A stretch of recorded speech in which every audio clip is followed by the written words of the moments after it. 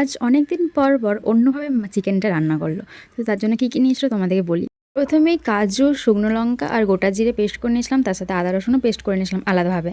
তো ও মাংসটা ম্যারিনেট করছিল।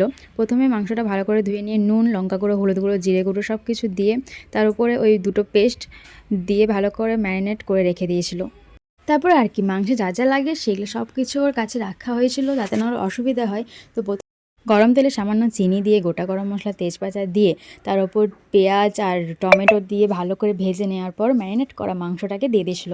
প্রায় অনেকক্ষণ ধরে ও মাংসটাকে কষিয়েছিল, দেখতে পাচ্ছ এক ফোঁটা জল দেয়নি। এই যে আমাদের কুক অনেকক্ষণ ধরে কালকে রান্না করেছে, বাট রান্নাটা খুবই সুন্দর হয়েছিল। লাস্টে তোমরা দেখলে মানে ফটোটা দেখলেই বুঝতে পারবে। তো এই যে অনেকটা জল বেরিয়েছিল, তারপরে আমি টেস্ট করে দেখছিলাম কেমন হয়েছে। খুবই ভালো হয়েছিল, জামাই খাইয়ে দিচ্ছিলো। তোমরা মাংসটা দেখে বলো কেমন হয়েছে। আমাদের সবার তো খুবই ভালো লেগেছে খেয়ে। তো যাই হোক, তোমরা একদিন ট্রাই করো। টাটা।